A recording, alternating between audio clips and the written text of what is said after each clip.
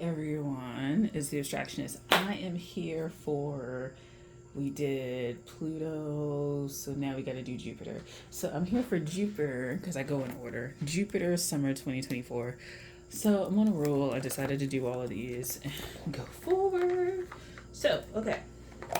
I am using for Jupiter the Fountain Tarot, which to me feels like a Jupiterian deck. So we'll see. Ancestors guide. We're gonna do some. Let's do this. And I'm gonna put these upright because I don't do reversals like that. I don't really like reversals. So come on. What are the messages for Jupiter summer 2024? Ooh. Do these two. Ooh, okay. I'm gonna take the ones that like actually came out proper. So, got the Hangman, Death, this. There we go. All right, cool. So, Ace of Cups, Death, Hanged Man. The longer you're in the death process, the better it is for you. It's almost like the more of a reward that you'll get. So this is for people, I don't know who Jupiter and Pluto people would be, but Jupiter and Pluto people, it's like, the energy I get is like the longer you sit in this death space, the better it'll be. And it's because it's clearing out things, right? You're not coming up for air. It's like it allows you to keep moving forward. It allows you to keep going and not resting on it. And ultimately, there's a sense of like clearing out, a lot of clarity as a result. Two of Wands. That's too many. I thought it was going to be like 2, 3. 8 of Coins. It's like the longer you are in it, the more you get to work on it and refine things, which is really helpful. And then Queen of Wands. This came in reverse too, but again, not watching reversals. So the longer you sit in it, the more, so 2 things. The longer you sit in it, the more frustrated you can become. So for some of you guys, the more frustrated you become because of the stagnation and stuff like that, I can definitely tell you that is something for me. But, you know, 9th house things are big ideas and big goals and big dreams and big things. And to have to deal with the mundane processes first can be very stifling for people because they want the idea to already be there, right? They want the idea to already be there. They want the thing to already blow up. They want it to already be $1 million corporation. They want it to already be, you know, these things. And this waiting process, this refinement process is really, it can really anger people. It can really put a cramp in their style. It can be really depressing because you're not moving at the rate that you think you need to move. It's really, you think that success means moving at a very specific pace, which is a rapid pace, and that the more rapid your success, the better you are at doing what you are supposed to be doing. And there's a bit of kind of idea about that, a sense of maybe the ideas of flow and what that means, right? So when you're in the flow, people are like, you're doing really good, you're manifesting well and stuff like that. And sometimes there needs to be, I guess, an acknowledgement of the hiccups that come with trying to do stuff. It's very natural to have this Hangman in reverse, right? It's very natural to have the Hangman in reverse. It's not natural necessarily to stay there, right? Because blood flow and stuff. But like, it's very natural to have hangman situations, right?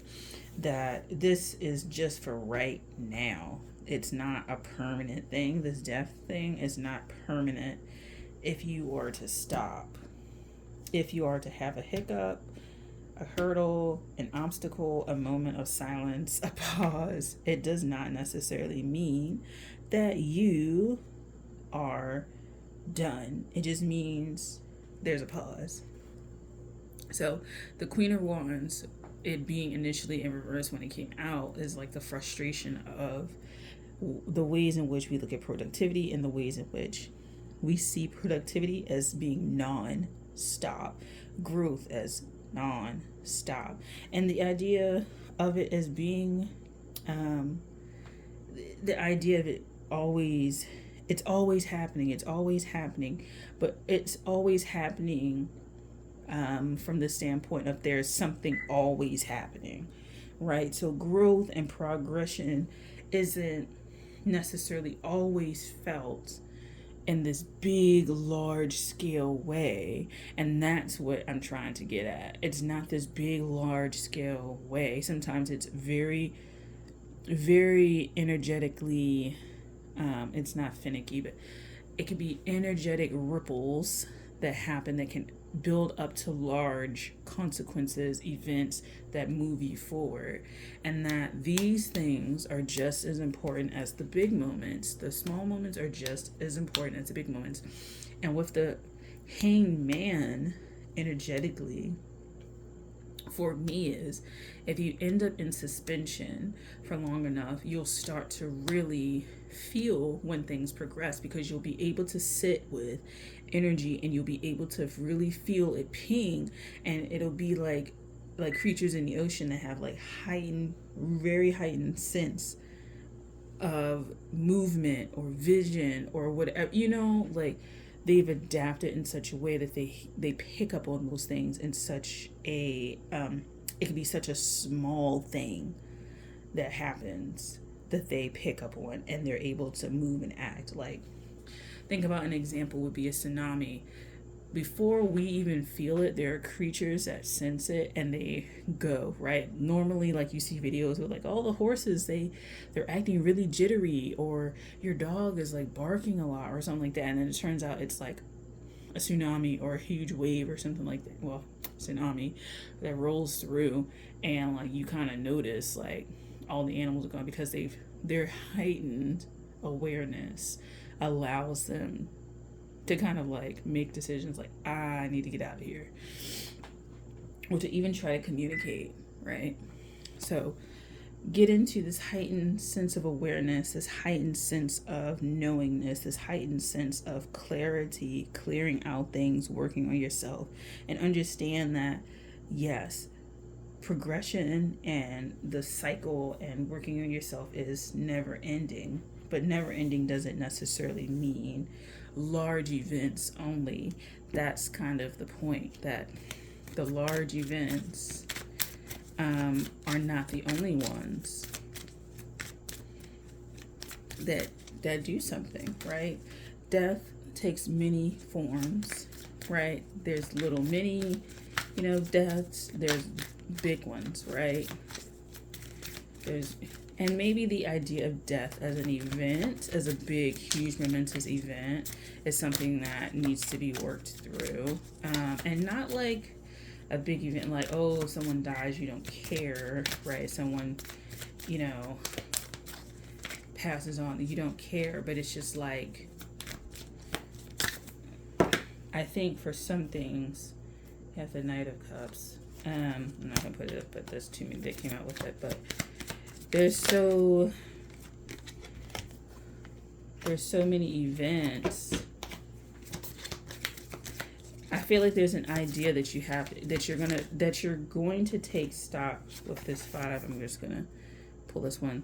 With this 5 of Cups, you're gonna take stock of everything. Everything you're gonna take stock of every moment, everything, and you're gonna notice everything. And change is not like that. Some changes happen without you noticing, like, especially if it's other people involved. Like, the changes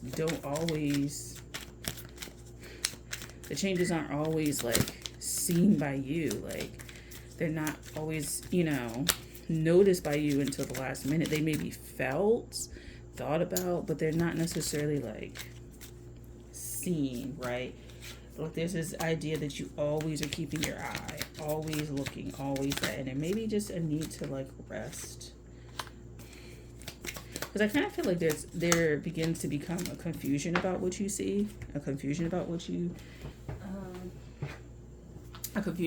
see, this burden, like a burden about what you see, and like a worry about how to like solve it with that 8 of coins there. Like, always looking for something, always looking for the change so you can tackle it, as opposed to just kind of letting it naturally resolve itself, right? Just letting it naturally resolve itself. Having beginner's mind about a lot of things. So making sure that you're not putting past like judgment or situational awareness onto certain things, and just letting it kind of be what it is, and just kind of move forward like that. I think that it would be helpful to any significant life change that you note, just put it away after a certain point, and then kind of go forward. Just go forward from there. I think the ideas of celebrating are huge here. Celebrating milestones, jumping from milestone to milestone.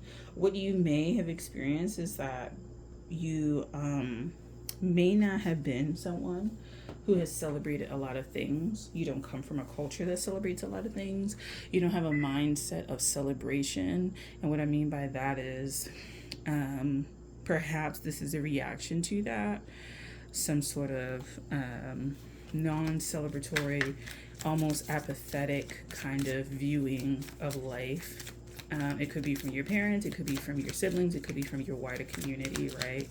And now there's a hypervigilance to these things, the hypervigilance to change, and a desire to control that change. So, right, to control that change, to be in charge of it, to say that you noticed it. There could be some people who were told when they were younger that they were not smart or intellectually capable of noticing things or picking things up. And you being hyper aware of that and hyper focused on a lot of things is a rebuttal to that, is a major rebuttal to that. And definitely you seek to have control of that, to have control of the narrative of you. And so this may be a control of narrative. You may be someone who wants to control how people see you. There may be a lot of mirrors or a lot of things about how people perceive you. You may be hyper sensitive to criticism of self. You may be hyper aware of self. You could be very controlling in terms of like your social media. You could be someone who needs to control the narrative around oneself. But this is, I think some of this is, it's just like fear. And I think fear of, perhaps this is putting the bigger things in front of people so that they don't notice the smaller things, because perhaps the smaller things are not, I got two things. Perhaps the smaller things are the things that have tripped you up with relation to how you have seen people and have not seen them correctly. It's not the larger things, it's the small things, and that's because you haven't paid attention, and you were looking for the bigger things. But it also could be that if people were to look at you outside of the big things, and perhaps the big things are achievements and more positive, that those little negative granules will become hyper focused upon, and then people won't like you, or people will have like negative perceptions or something like that. Like, it just seems like the small things are the things that trip you up, you may be making a decision, and what has always happened is it's small details that have always tripped you up.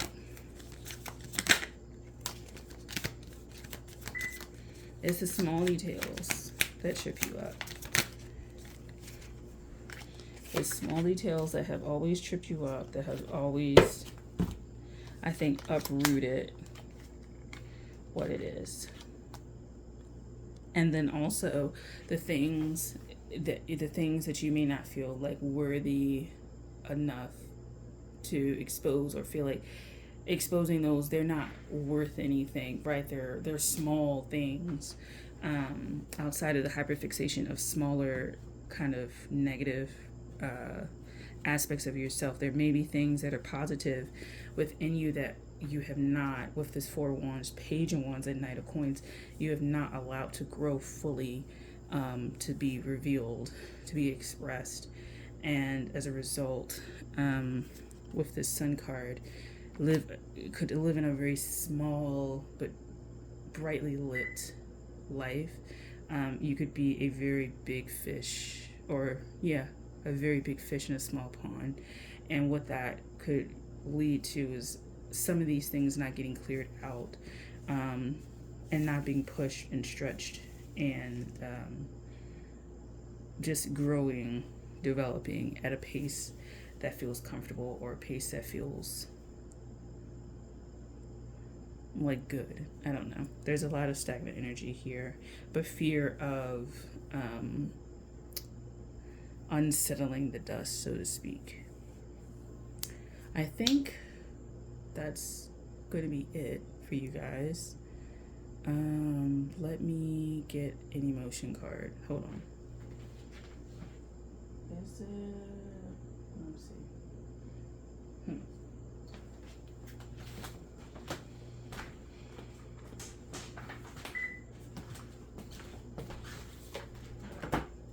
So I have the emotion cards.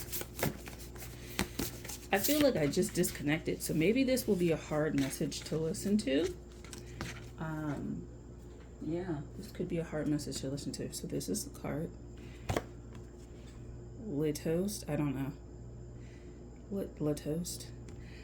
Litost is a Czech emotion describing the shame, resentment, and fury felt when another has made us feel wretched. As Czech author Milan Kundera puts in his book of Laughter and Forgetting, litost is a state of torment caused by the sudden sight of one's own misery. First comes a feeling of torment, then the desire for revenge. Litost vengefulness is often self-destructive. A cutting retort might be enough to restore our pride, but when we're hurt by those wielding power over us, revenge must take circuitous routes. In Kundera's novel, a child is beheaded, oh God, by his violin teacher for playing the wrong note. The child deliberately repeats the mistake until the teacher snaps and throws the pupil out of the window. As he falls, writes Kundera, the child is delighted by the thought that the nasty teacher will be charged with murder. Okay, interesting. Is this feeling Jupiterian? I'm feeling Jupiter and Scorpio type vibe. The goal of litost is to make the other person look as miserable as oneself. Your attention so focused on punishing your tormentor that your own destruction becomes far less important. I can't really cheer that up.